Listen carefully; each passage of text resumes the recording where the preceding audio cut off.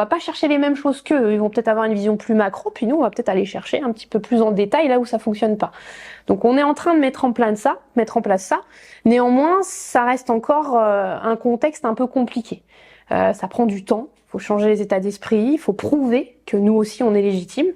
Faut pas oublier que pendant longtemps on nous a vus comme des maquettistes, donc comme des graphistes, donc maintenant tout d'un coup on leur dit bah nous aussi on peut faire ça.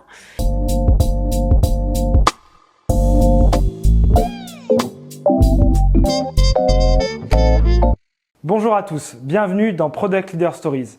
Product Leader Stories, c'est la web-série qui vient se plonger dans l'univers des plus grands leaders du product management au sein des plus belles organisations françaises. Durant une heure, je vais avoir le plaisir d'interviewer les plus grands leaders du produit qui vont présenter leur vision, leur parcours, leurs enjeux d'aujourd'hui et de demain ainsi que leurs challenges. Je suis Martin Cantonloga, CEO et cofondateur d'Upvisory. Upvisory, c'est une agence conseil spécialisée dans le product management et l'accompagnement produit des grandes organisations. Notre mission, c'est de transformer ces organisations et faire de leurs produits digitaux de véritables succès. J'espère que ces témoignages vous inspireront. Et maintenant, place à l'épisode. Olivia, bonjour. Merci d'avoir accepté mon invitation aujourd'hui. Et du coup, évidemment, en première question, ce que je te propose rapidement, c'est de te présenter, nous expliquer un petit peu qui tu es. Eh bien, je suis Olivia Dutheil. Mais bon, je pense que ça, tout le monde va le lire, hein. Donc moi, je suis responsable design, enfin Head of Product Design, on peut dire comme ça, chez Crédit Agricole CIB. Alors CIB, c'est une des entités de Crédit Agricole. C'est l'entité en charge de tout ce qui est, c'est toute la partie banque d'investissement. Là-bas, je dirige un studio. Moi, j'appelle ça un studio. J'aime bien ce terme-là. Bon, on n'est pas si petit. Il y a quand même 30 personnes. Il y a 30 designers à peu près dedans.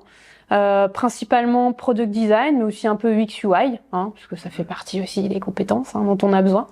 Depuis maintenant, ça fait 3 petites années là que je suis là-bas. Chouette. Est-ce que tu peux nous expliquer un petit peu le métier et les interlocuteurs que tu as côté banque d'investissement, justement, parce que je pense que c'est très différent de la banque de détail ou de la banque traditionnelle. Ouais. Et j'imagine qu'on en parlera après, ça a un impact dans votre métier et dans ta gestion du design. Et après, peut-être, comment vous êtes organisé, ce studio, du coup, rassemble l'ensemble des compétences design, tu le disais. Est-ce qu'il est en interaction plutôt avec les métiers, plutôt avec les équipes tech, la DSI? Est-ce que tu peux nous expliquer un petit peu comment ça fonctionne? Nous, le studio, déjà, il s'appelle Pure Pixel. Il a un petit nom. Ah, chouette. Voilà, on lui a donné un petit nom. Donc, il y a principalement, moi, ce que j'appelle des product designers, et j'expliquerai un peu en quoi, chez nous, ça consiste à être un product designer. Excellent. Parce que c'est un terme un peu, qu'on entend un peu partout, voilà. Et c'est vrai que c'est bien qu'on resitue dans le contexte à quoi ça correspond. Il y a des UX UI designers, là aussi je dirais un peu ce qu'ils font. Nous, on est vraiment dédié à la partie banque d'investissement pour concevoir des applis, des applications, des outils pour les métiers de cette partie-là de la banque. Donc ça va être différentes typologies de collaborateurs. On va pouvoir faire des applications pour tous ceux qui sont dans la partie trading, donc les traders, où là c'est des sujets assez pointus, assez même parfois. On va travailler aussi pour tous les collaborateurs qui sont en charge de la partie juridique. Donc là, c'est des sujets assez spécifiques aussi, sensibles, on va dire. Et puis évidemment, tout ce qui va être corporate banking. Donc là, c'est vraiment des gros sujets d'application, on va dire, pour tout ce qui est traitement de prêts pour les entreprises, puisque pour juste resituer ce que fait la partie CIB, donc c'est CIB, c'est pareil. C'est vraiment c'est la partie, c'est tous les collaborateurs de la banque qui vont générer des prêts exclusivement pour les entreprises et pas pour les particuliers. Ça c'est un point important. On n'est pas sur la partie client, on est vraiment sur la partie entreprise. Pure B2B. Exactement, pure B2B. Donc nous, dans le cadre de la digitalisation, comme on dit, donc de la transformation, on est amené à les accompagner pour concevoir des outils plus modernes et pas juste des fichiers Excel, comme ils ont l'habitude d'utiliser. Alors parfois ça les perturbe plus ou moins, mais bon, on les accompagne là-dessus. Et puis surtout pour que toute cette donnée, elle soit mieux centralisée, parce qu'aujourd'hui les fichiers Excel, quand ça se promène à droite à gauche, la problématique c'est qu'il y a un risque de perte énorme de données, donc il faut qu'on puisse contribuer là-dessus, quoi. Ouais, et justement le patrimoine de produits, j'imagine que c'est quand même un public qui a plutôt l'habitude de manipuler des grosses analyses, gros fichiers Excel, etc. J'imagine qu'il y a un enjeu de basculer de l'Excel à des produits un peu plus performants, etc. Tu as peut-être un ou deux exemples à nous donner? Alors, c'est vrai que c'est typiquement là je pense j'ai un exemple, on est sur un très gros programme, hein, c'est des programmes, hein, alors les programmes c'est des gros sujets qui s'étendent sur plusieurs années, où on est dans un écosystème de plusieurs applications qui cohabitent ensemble et donc qui sont amenées à être utilisées par différentes typologies de collaborateurs. Bon là, typiquement on travaille sur un programme qui va permettre de suivre un peu ce qu'on appelle le cycle de vie d'un deal, donc d'un prêt. Donc entre le moment où on va l'étudier, le générer, sa vie, puis le fermer. Où là, c'est des très gros sujets où on bouscule complètement les habitudes des gens. On leur dit on met en place un outil pour justement les amener à plus collaborer ensemble, à mieux centraliser ces données. Donc c'est vrai que c'est typiquement le genre de projet, on va dire, où il y a à la fois du change, il y a évidemment tous des enjeux de produits, hein, de product au sens large du terme, du XUI. Donc là, on touche à vraiment tout, je dirais, les expertises très, je dirais, très tendance aujourd'hui, quoi. Ok, excellent. Et du coup, tu as 30 personnes qui travaillent sur ce panel de produits. C'est quoi les grandes ambitions que vous vous donnez en tant que studio design à l'intérieur de métiers très spécifiques et assez techniques, mine de rien? Et voilà, quelles sont les grandes missions? Qu'est-ce que vous souhaitez atteindre? Ouais, alors c'est vrai que c'est un contexte un peu particulier parce qu'on n'est pas dans le cœur de métier. Donc nous, on est toujours un peu fragile, moi je dis, parce que on est plus ou moins attendu. Alors on va être toujours attendu pour faire des jolies maquettes, ça c'est sûr, parce qu'on est des designers, on est encore beaucoup associé à un rôle de graphiste. Alors depuis quelques années, ça va mieux. À force de travail. À force, ça va quand même mieux. Mais bon, voilà, ça reste toujours fragile. Et il y a un très gros enjeu, moi je disais, de produit dans le sens vision produit. Donc nous aujourd'hui, c'est là où je dis qu'on n'est plus juste des UX UI designers, on a vraiment cet aspect product où aujourd'hui les designers, et principalement mes lead designers, puisque j'ai donc plusieurs équipes menées chacune par un lead, vont avoir ce rôle de pouvoir parfois prendre, je dirais, la casquette d'un PO et d'un PM. Alors, ce ne sont pas des PO. Porter les visions produits. Ouais, exactement. Pourquoi je dis ça? Parce que on est dans un contexte où les product owners et les product managers qu'on a sur les sujets ne sont pas toujours très à l'aise, ne sont pas toujours même capables de faire cette démarche-là. Donc, du métier, hein, c'est ce que. Alors, ils viennent du métier, c'est vrai. Et puis, même certains ne sont pas du métier, mais sont pas forcément à l'aise avec ça. Voilà. Donc, c'est un peu paradoxal, mais il y a encore ce type de contexte-là. Donc nous, l'idée c'est pas de prendre leur place, hein, pas du tout. On reste des product designers, mais justement, c'est là où je viens à cette notion de product designer chez nous. On doit parfois saisir l'opportunité de pouvoir prendre cette casquette-là pour définir la vision produit, donc le pourquoi, le quoi, le comment, voilà, de ce qu'on va faire là, et les aider à mieux définir la valeur de ce qu'on va produire ensemble. Et pas juste être arrivé, tiens, on a défini ce qu'il faut qu'on fasse. Fais-moi l'expérience et fais-moi les maquettes. Voilà. On n'est pas dans la solution, on remonte sur le besoin. Exactement, voilà. Donc on a mis ça en place parce qu'on s'est rendu compte que ça manquait cruellement et que bien souvent on se retrouvait embarqué dans des conceptions de solutions qui n'apportaient aucune valeur et on se faisait même taper dessus. On nous disait les UX, ce que vous avez fait c'est nul. Ouais. Voilà, donc on s'est dit comment on pourrait justement éviter ça, prendre une autre place que juste être des maquettistes et apporter justement cette dimension qui manque dans les projets aujourd'hui. Donc aujourd'hui, un product designer, un lead encore plus, mais même je dirais les product designers qu'on fait venir chez nous, c'est important qu'ils soient capables de accompagner les équipes produits dans cette démarche-là. Excellent. Du coup, pour sortir de la notion, j'aime bien que tu as cité de maquettiste. Du coup, ils gèrent toute une phase de discovery, j'imagine.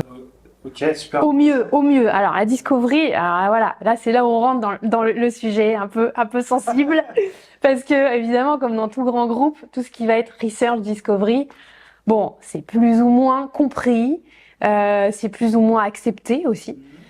Déjà parce que là, nous, il y a un peu une forme des fois, une petite rivalité entre product owner, designer, parce que il y a le sujet utilisateur qui est un peu un sujet sensible. Les product owners se disent plus légitimes à approcher exclusivement les utilisateurs, alors que Nous, on l'est tout autant qu'eux. L'idée étant, encore une fois, de pas prendre leur place, mais de définir. Voilà, exactement. On va pas chercher les mêmes choses qu'eux. Ils vont peut-être avoir une vision plus macro, puis nous, on va peut-être aller chercher un petit peu plus en détail là où ça fonctionne pas. Donc, on est en train de mettre en place ça. Néanmoins, ça reste encore un contexte un peu compliqué. Ça prend du temps. Faut changer les états d'esprit, il faut prouver que nous aussi on est légitime. Faut pas oublier que pendant longtemps on nous a vus comme des maquettistes, donc comme des graphistes. Donc maintenant tout d'un coup on leur dit bah nous aussi on peut faire ça. Donc il faut voilà, c'est un travail au long cours pour que petit à petit on arrive à mettre en place vraiment cette notion de discovery. En effet, je te rejoins là-dessus. On n'est pas forcément dans une notion de research pure et dure comme on a pu le trouver. Voilà, moi, encore une fois, j'ai rien contre la research, mais c'est vrai que la discovery, c'est beaucoup plus parlant et c'est beaucoup plus, je pense, adapté à ces contextes-là. Mais voilà, on y travaille. C'est pas encore, je dirais, en place, comme on souhaiterait. Du coup, je comprends qu'il y a beaucoup d'expérimentation et début de mise en œuvre là-dessus. Est-ce que pour vous aider, vous structurez une approche, vous avez sans parler de framework, mais est-ce que vous avez professionnalisé, voilà, un cadre, une démarche pour peut-être aussi convaincre vos stakeholders et peut-être les product owners. Voilà, est-ce que c'est un exercice que vous avez mené ou pour l'instant c'est pas d'actualité? Si, on a justement ce qui nous aide à rentrer par cette petite porte plus product, c'est que depuis une petite année maintenant, on a mis en place une forme de ce qu'on appelle de cadrage design, qu'on a appelé, on lui a donné un petit nom, on a appelé ça le warm-up pour le côté un peu échauffement. Donc ça c'est voilà, on s'échauffe, on va juste définir un peu dans les grandes lignes votre projet. Et l'idée étant que en complément du cadrage très fonctionnel, parce que souvent donc on est rattaché à l'IT, il y a une vision justement de CPO très très fonctionnelle, très technique parfois même. Nous on apporte cette brique vraiment utilisateur versus aussi un peu vision business pour que on arrive justement à travailler ensemble lors de ce petit warm-up, la vision un peu plus produit, voilà, qui est mal définie en général. Donc on leur explique bien que c'est complémentaire, qu'on n'est pas en train de refaire une feuille blanche, qu'on veut pas tout remettre en question et qu'au contraire on va capitaliser sur ce qu'ils ont déjà à disposition. Et donc ce petit warm-up, il va être l'occasion de se projeter sur du moyen, long terme, court terme, identifier les risques, mais aussi identifier ce qui va faire le succès, à la fois pour l'utilisateur évidemment, puis d'un point de vue aussi business, parce qu'il faut pas oublier qu'on est dans une banque, donc voilà, faut que ça fasse du business tout ce qu'on fait là. C'est une fois qu'on arrive déjà à définir un peu tout ça qu'on va rentrer un peu plus dans le détail. Donc du coup, notamment commencer à réfléchir sur nos personas, commencer à réfléchir sur ce qu'ils attendent, leurs irritants, leurs besoins, définir comment des premiers parcours et définir des premiers services. Très important, on veut pas, nous justement, ils ont la vision fonctionnelle. L'idée c'est qu'on les fasse revenir sur qu'est-ce que vos utilisateurs veulent faire. Et donc sur des actions qu'on va derrière définir plus sur une dimension servicielle, quoi. Voilà. Ouais, vous challengez bien la vision business métier au regard de la vision utilisateur pour avoir la meilleure vision possible. Ça, depuis qu'on a mis ça en place, c'est ce qui nous a aidé à prendre cette légitimité, un peu en tant que product et plus juste designer tout court. Et c'est ce qui nous aide à petit prendre une place un peu plus importante dans ces équipes sur cette dimension stratégique, quoi. Et comment tu as réussi à diffuser ça? Parce que j'imagine que ça s'est peut-être lancé, comme tu disais, il y a des lead designers avec un lead, deux leads, mais derrière, il y a quand même 30 personnes, c'est quand même pas anodin en termes d'organisation. Comment tu as diffusé ça? Est-ce que vous avez, sans parler de mots ronflants, mais un espèce de design ops, c'est-à-dire quelqu'un qui est chargé justement de diffuser cette méthode warm-up, de la faire infuser au sein de tous vos product designers? Et en fait, on y allait en mode punk. On y allait tout seul. Non, mais vraiment, j'insiste là-dessus. Comme je disais, personne nous attend. Personne nous attend. Donc, si à un moment donné, on n'y va pas, si on n'essaye pas en se disant, au pire, ça marche pas, mais au moins on a essayé, il se passe rien. Donc là, typiquement, on l'a essayé sur des plus petits projets. D'abord, on l'a expérimenté dans des contextes de projets plus petits parce qu'on fait pas que des programmes, on fait aussi des projets petits, moyens, voilà, grands. Donc, on a essayé sur des sujets plus transversaux, à durée un peu plus courte, pour expérimenter ça. Et c'est ce qui nous a permis, petit à petit, maintenant, aujourd'hui, de le mettre en place sur des projets plus ambitieux, de type programme, où là, tout juste, ça commence un peu à se propager, quoi. Ok, intéressant. Et du coup, entre le petit projet et le gros programme majeur, est-ce que tu vois des écarts dans la manière de l'opérer? Est-ce que vous avez des adaptations? Voilà, c'est ma question, c'est une fois que vous avez testé ce modèle de warm-up, vous êtes dit ça marche, est-ce que vous l'avez fait évoluer, ce concept? Est-ce qu'il s'est enrichi peut-être avec le temps, avec l'essai? Et est-ce qu'il fonctionne by the book à votre bouquin à vous sur l'ensemble des produits, programmes, ou est-ce que justement il faut l'adapter? Complètement, mais c'est évident. On est dans un contexte bancaire spécifique. Oui, bien sûr. Néanmoins, on est face à des clients très différents. Mais oui. Et donc à des typologies d'utilisateurs très différents, des contextes à eux qui sont spécifiques aussi. Donc oui, on l'a. Différent aussi, j'imagine. Oui, complètement. Alors ça encore plus, ça c'est sûr. Mais c'est vrai que voilà, on a un concept de warm-up qui a un objectif qui est le même pour tout le monde. À aider à définir la vision produit, parvenir à définir comment on va intervenir sur ce produit et in fine peut-être même aider à définir un peu une roadmap aussi de notre intervention, parce que c'est ce qu'ils cherchent, parce que derrière il faut qu'on estime nous aussi le coût et puis la charge. Mais on va l'adapter à toutes ces typologies de projets. Là aujourd'hui par exemple on le met en place dans des programmes, clairement c'est pas du tout la même façon de le faire. On l'adapte aussi parce que on le co-construit avec les PO, c'est important, on n'est pas on reste un peu lead sur ce sujet-là, mais on est obligé aussi d'adapter ça et d'embarquer les PO parce que sinon ça fonctionne pas. Donc oui, clairement on l'adapte systématiquement, c'est obligatoire. Ok, chouette. Et aujourd'hui, tu parlais du coup, sans aller peut-être dans ce terme-là, mais de point de friction, en tout cas de frottement avec les PO, des métiers qui sont plus ou moins complexes, comme tu le disais, plus ou moins matures. Est-ce que tu vois des défis, des challenges? Tu disais c'est une guerre de tous les instants, c'est jamais gagné, il y a une légitimité à acquérir. Voilà, c'est quoi les défis et challenges de faire vivre le design et d'être comprise, de sortir de ce côté graphiste, maquettiste dans une organisation dont c'est pas le cœur de métier in fine? C'est une bonne question. Moi, je dirais aujourd'hui, dans notre contexte, le principal défi qui arrivera à vraiment démontrer, et illustrer, je dirais même le ROI design, c'est qu'on puisse approcher davantage d'utilisateurs, qu'on puisse dégager des vrais indicateurs factuels de notre impact et de ce qu'on apporte, pas juste en tant que studio, mais sur notre démarche en tant que telle. C'est ce qu'on est en train de faire aujourd'hui. On fait des sondages un peu plus ciblés, on va dire, pour commencer à faire ressortir des sortes d'indicateurs. Alors, je vais pas parler d'OKR, même si c'est ce qu'on aimerait in fine avoir, mais on est aujourd'hui, justement, tu vois, on parlait de maturité, ils sont pas prêts à ça. Donc, on parle de KPI, pour l'instant, c'est une première étape, mais voilà, ce sera les next steps, j'espère, voilà. Mais ce qui permettra d'appuyer nos arguments, d'appuyer vraiment notre impact, ce sera de le prouver au travers des verbatim, des retours concrets d'utilisateurs. Parce qu'aujourd'hui, c'est ce sur quoi on est vraiment, c'est notre objectif de cette année, on est à fond là-dedans. On aimerait d'ailleurs à terme construire une sorte de repository, voilà, on est vraiment dans cette dynamique-là parce qu'on a plein de données qu'on arrive à récolter malgré tout. Et on aimerait l'enrichir et on aimerait être un peu aujourd'hui, légitimement, le pôle qui porte toute cette donnée-là et qui la met à disposition. Ouais. Mais c'est ça, je pense, qui nous donnera encore une plus grosse dimension. Ok, très, très clair, super intéressant. Je garde le sujet de la donnée pour après. Un élément sur lequel je voulais revenir, tu m'as dit que vous faisiez la différence entre product designer et UX UI et que tu voulais nous en parler. La différence fondamentale que tu fais aujourd'hui, quelle est-elle? Pour moi, un product designer, nous, voilà, comme je l'exposais, c'est vraiment, il faut qu'il soit capable de travailler sur la vision produit, de la je dirais, porter avec aussi ses PO. Ouais. On est vraiment sur une dimension produit au sens vraiment global du terme, pas juste sur la conception. Ouais. Par contre, c'est vrai que j'ai des profils plus UX UI qui vont être plus dans le delivery. Voilà, c'est là. Donc il y a le lead n'est plus chez moi les leads ne font plus de delivery. Clairement, ils font plus de prod, c'est fini. C'est vraiment des stratèges, c'est des facilitateurs. C'est vraiment ils ont ce rôle-là et ils accompagnent leur équipe, ils préparent le terrain pour que ce soit favorable pour eux.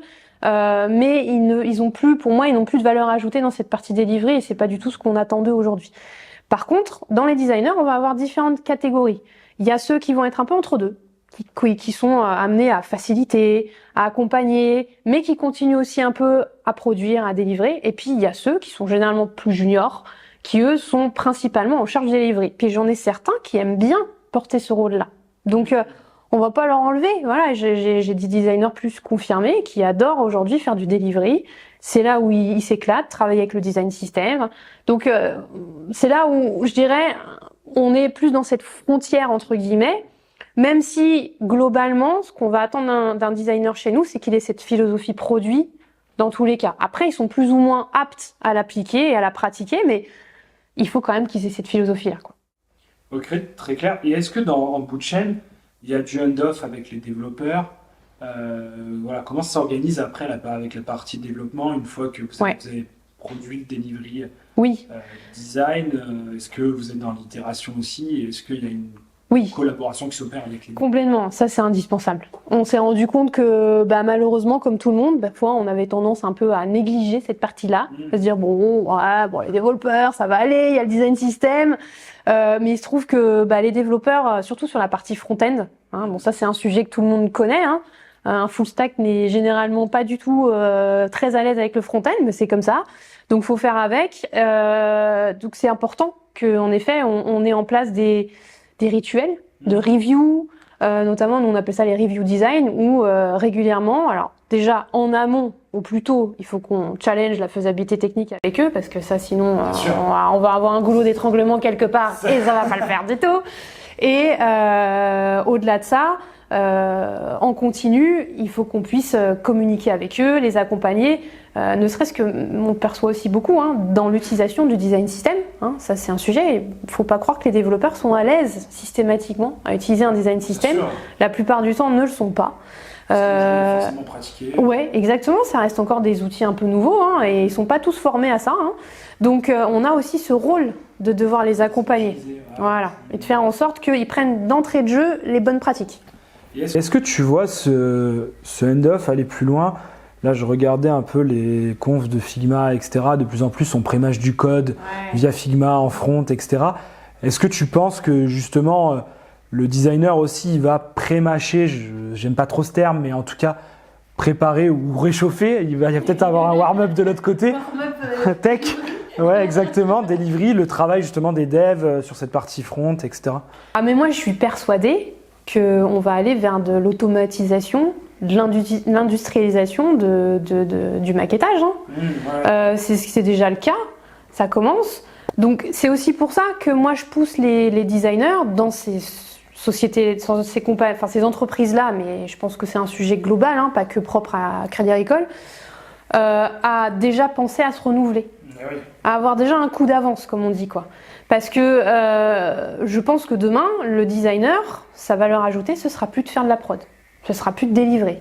Ça va être d'être capable de penser la solution, mais il va falloir trouver une place parce qu'on a les product owners, on a les product managers. Donc comment nous, on arrive à trouver le petit truc en plus qui fait que on est complémentaires et on n'est pas interchangeable non plus, quoi. Donc c'est là-dessus que je travaille aujourd'hui dans, je dirais, la vision et les ambitions du studio. D'autant plus dans une banque où on sait que dans les banques, c'est normal, on est dans un contexte très pragmatique financier où les budgets sont constamment réduits et donc demain on n'est pas à l'abri que si on sait que tout est automatisé, on va nous dire tiens, les designers finalement on en a peut-être plus besoin. Tu vois, il faut aller chercher la valeur ajoutée. Donc il faut chercher la valeur ajoutée, il faut qu'on leur prouve qu'on sait faire autre chose et qu'on est utile. D'où la démarche Docker qui doit venir un jour. Voilà. Donc, voilà. On prépare déjà demain, j'ai envie de dire. C'est chouette. Je t'avais dit que je reviendrais sur ce sujet-là parce que ça m'intéresse. Sur des sujets un peu plus back comme la data, vous êtes dans un domaine, la banque d'investissement, comme tu le disais, où il y a beaucoup de données, où tu disais que vous capitalisez sur beaucoup de données. Quel rôle tu vois justement au product design sur ce sujet de la data? En quoi les pratiques du design peuvent apporter? Quel usage vous pouvez faire de la donnée pour peut-être opérer votre job de manière plus efficace? Nous, on demande que ça, d'accéder à la donnée.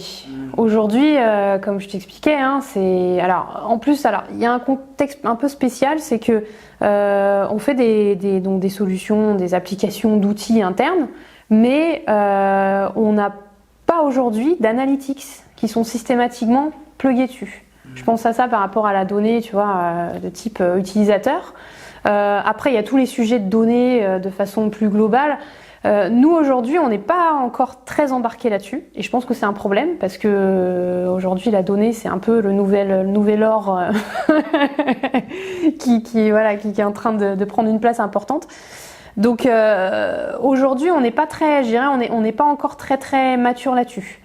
Après, on fait mais il y a différentes typologies de données. La donnée utilisateur, là, on a encore un sujet parce qu'il n'y a pas d'analytics qui permet de la récolter. Et puis la donnée de type vraiment data pure et dure, financière. Alors, on a un enjeu évidemment de mise en forme, etc.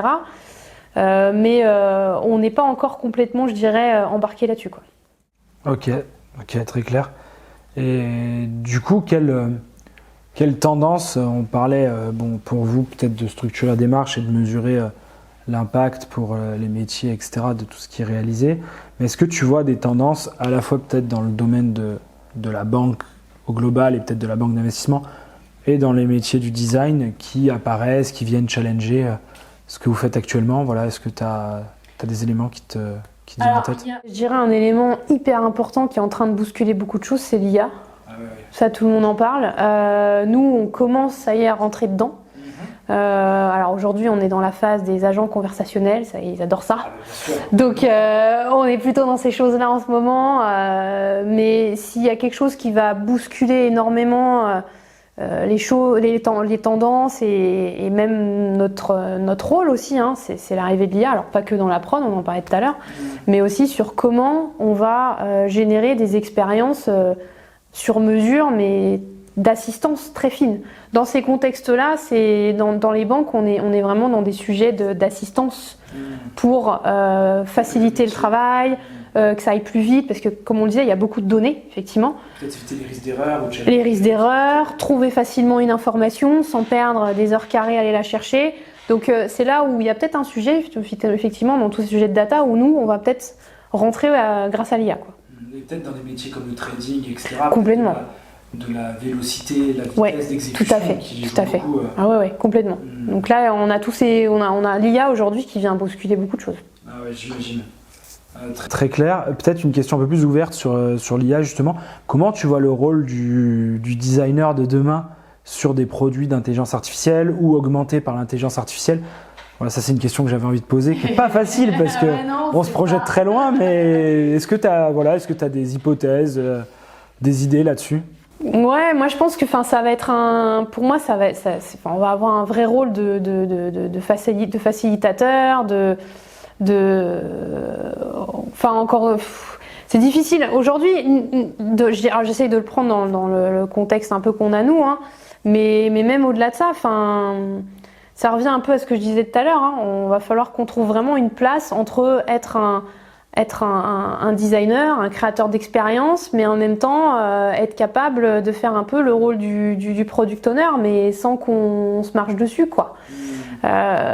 J'ai encore du mal aujourd'hui à définir concrètement, voilà, à quoi ça pourrait être, parce que il se passe beaucoup de choses. Il y a des choses bien, il y a des choses moins bien, même dans la création, la côté créativité, hein, on peut faire plein de choses très vite, mais bon, ça laisse encore parfois un peu à dubitatif. Ouais, parce que c'est pas forcément non plus la solution. Néanmoins, comme c'est moins cher, ça peut faire que ça prenne une place importante. Donc je saurais pas encore vraiment te dire. Je ne me prononcerai pas trop vite parce que je suis plutôt dans l'observation. J'attends de voir un peu comment les choses vont évoluer. Parce que pareil, l'IA, ça va très loin, mais ça peut aussi ralentir très vite, on ne sait pas. Donc, mais en tout cas, c'est sûr qu'il faut qu'on se renouvelle. Ça, c'est une évidence. On ne peut pas rester comme on l'est là aujourd'hui. Ok, très clair. Peut-être une dernière question que j'ai pour toi sur le mode d'organisation. Aujourd'hui, vous êtes beaucoup en cellule design, comme tu le disais, regroupé, ce fameux studio. Nous, chez les clients, on voit plusieurs modèles. On voit ce modèle-là assez centralisé qui vient en serviciel des métiers. On le voit aussi en mode décentralisé dans des équipes pluridisciplinaires. On le voit en hybridation, c'est-à-dire des équipes décentralisées qui quand même se rassemblent en mode tribu, design, etc. De temps en temps pour avoir des pratiques communes comme tu parlais de tokenisation ou de bibliothèque, etc. Sur la partie design et design system. Comment tu vois les choses? Pourquoi vous n'êtes pas sur un modèle plus distribué? J'imagine que c'est aussi inhérent à l'organisation. Est-ce que tu vois des forces et faiblesses là-dedans? Est-ce que c'est peut-être le mouvement d'après pour vous? Voilà, comment tu vois l'organisation des équipes là-dessus? C'est très siloté chez nous. C'est un peu le paradoxe. On n'a pas de Digital Factory typiquement. Ce qui est un truc très courant dans toutes les grosses boîtes aujourd'hui. Tous les grands groupes a un chapter UX, un chapter dev. On n'a pas ça. Je crois même que chez Créa École, ça n'existe pas spécifiquement. Il n'y a pas beaucoup ce système-là. Je pense que c'est un peu un problème dans le sens où justement on travaille toujours avec des équipes qui ne nous connaissent pas toujours bien. Alors que quand on a une Digital Factory où on met à disposition une équipe pluridisciplinaire avec du design, du dev, les PO, toute l'équipe qui va bien et qui se connaît et qui a défini ensemble une démarche commune d'accompagnement, tout de suite c'est beaucoup plus simple de pouvoir intervenir sur un projet. Là on arrive avec des devs qui ne nous connaissent pas, qui souvent viennent de l'externe. Il y a un roulement permanent. Les product owners, si c'est des internes qu'on les a déjà croisés, oui, ça peut potentiellement bien se passer. Si là aussi c'est des personnes qui sont externes, il faut recommencer. On est constamment en train un peu de devoir recommencer à réexpliquer notre démarche, notre fonctionnement. On commence à être connu en interne, c'est pas le problème, mais voilà, il y a quand même beaucoup de mouvements dans la banque et je dirais que ça c'est un peu un frein. Alors que si on était dans une feature team, on arriverait avec notre offre globale, je pense qu'on aurait un impact plus fort dès le départ et on aurait une légitimité qu'on ne serait pas tout le temps obligé de devoir réacquérir systématiquement. Donc ça, c'est un peu le point. Et c'est vrai que je suis pas. Voilà, Digital Factory, il y a du bon, il y a du moins bon, mais pour ce contexte-là, voilà, c'est quand on a une équipe habituée à travailler ensemble en place dans des projets, forcément, c'est plus efficace. Voilà. Enfin, moi, je le vois par retour d'expérience passée aussi, quoi. Je sais pas trop demain comment ça va se passer. Est-ce qu'il y a une ambition d'aller vers ça? Ce serait logique qu'on soit un chapter UX officiel de Cassib et que demain, on puisse aller travailler avec peut-être d'autres chapters et mettre en place des feature teams. Mais je pense que c'est ce qui fait qu'on dépense aussi beaucoup d'énergie. Il faut constamment reconvaincre, réexpliquer les choses. Mais par contre, néanmoins, peut-être en atout, parce que je le vois par rapport à des équipes complètement décentralisées, je pense que, et ça tu pourras peut-être nous étayer ça, mais vous avez mis en commun beaucoup d'assets. Oui. Tu parlais du design system, il n'y a pas toutes les boîtes qui ont des design systems opérants et opérés aujourd'hui. Oui. J'imagine que ça, par contre, ça vous a permis d'accélérer là-dessus. Oui, bien sûr. Alors le fait d'avoir un design system officiel, Cassib, on travaille beaucoup avec cette équipe-là. Enfin, c'est une équipe avec qui on est en permanence en collaboration. Ça aide à unifier un peu nos pratiques, on va dire, de façon globale. Pareil, sur tout ce qui va être accompagnement, je parlais du warm-up tout à l'heure, on a une démarche assez commune qu'on arrive à diffuser sur l'ensemble des projets qu'on accompagne. Donc ça aide aussi. Mais après, sur la philosophie, sur notre légitimité, c'est là où ça peut bloquer parce que quand les gens ne nous connaissent pas et la plupart du temps ils connaissent pas le product design tout court ou même le design tout court, ils ont des raccourcis. Forcément, faut de culture, faut tout. Exactement. C'est d'où le sujet, un peu le terme qu'on utilise souvent, évangélisation. Moi j'utilise moins maintenant, mais de pouvoir acculturer, je dirais, toutes ces personnes-là à notre démarche, quoi. Super clair, et je pense que le podcast va aider à faire tout ça. Olivia, merci beaucoup pour cet échange et pour ton témoignage, c'est très riche. Si on cherche à vous joindre, si on a des personnes qui ont écouté cet épisode, qui ont besoin d'échanger avec toi, est-ce qu'on peut vous contacter, LinkedIn ou... LinkedIn, ça reste le plus simple. Facile, ok, super. Merci beaucoup. Je te remercie. Merci. Merci d'avoir écouté cet épisode. Si cet épisode de Product Leader Stories vous a plu, je vous conseille de vous abonner à votre plateforme d'écoute favorite telle que YouTube, Spotify. Ça vous permettra d'être alerté et de pouvoir visionner automatiquement les prochaines sessions. Si vous rencontrez une problématique produit ou autour de votre organisation produit, Upvisory et moi-même, nous tenons à votre disposition pour échanger sur le sujet et ça sera un grand plaisir de vous accompagner. Et on se dit à très bientôt pour un prochain épisode de Product Leader Stories. Allez, bye!